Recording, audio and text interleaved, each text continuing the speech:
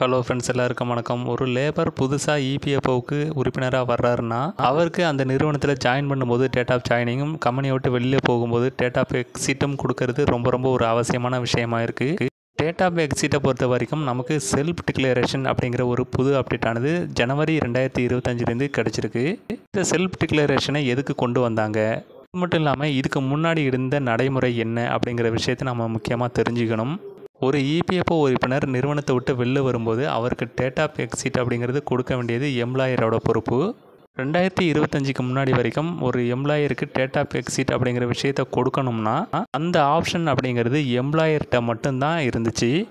Employer ஒரு சில நேரங்களில் இந்த டேட் ஆஃப் எக்ஸிட் அப்படிங்கிற விஷயத்த லேபருக்கு, அதாவது இபிஎஃப்ஓ உறுப்பினருக்கு சரியான டைமில் கொடுக்கலன்னா அவரோட பிஎஃப் அக்கௌண்ட்டில் இருக்கிற பணத்தை டிரான்ஸ்ஃபர் பண்ணுறதுக்கோ இல்லை வித்ட்ரா பண்ணுறதுக்கோ பெரிய சிக்கலானது நீடிக்கும். இப்படி இருந்த சிக்கலை சரி பண்ணணும் அப்படிங்கிற ஒரே காரணத்துக்காக தான் செல்ஃப் டிக்ளரேஷன் அப்படிங்கிற ஆப்ஷனை இபிஎஃப்ஓ கொண்டு வந்தாங்க.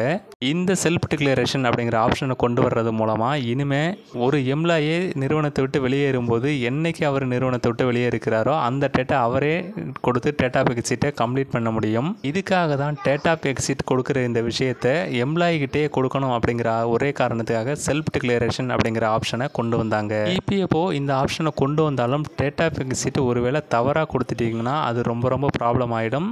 ஸோ இபிஎஃப் உறுப்பினர் டேட் ஆஃப் எக்ஸிட் கொடுக்கும்போது ரொம்ப கவனமாக இருக்க வேண்டியது ஒரு அவசியமான விஷயம்.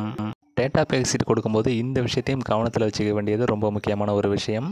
நீங்கள் ஒரு நிறுவனத்தை விட்டு வெளில வர்றீங்கன்னா அந்த நிறுவனம் உங்களுக்கு லாஸ்ட் கான்ட்ரிபியூஷன் அப்படிங்கிறது பெண்டிங்கில் வச்சுருப்பாங்க. அந்த அமௌண்ட் நம்மளோட பிஎஃப் அக்கௌண்ட்டில் கிரெடிட் ஆகிட்டா அப்படிங்கிற விஷயத்தை செக் பண்ணதுக்கு அப்புறம் தான் டேட் ஆஃப் எக்ஸிட் அப்படிங்கிறது கொடுக்கணும்.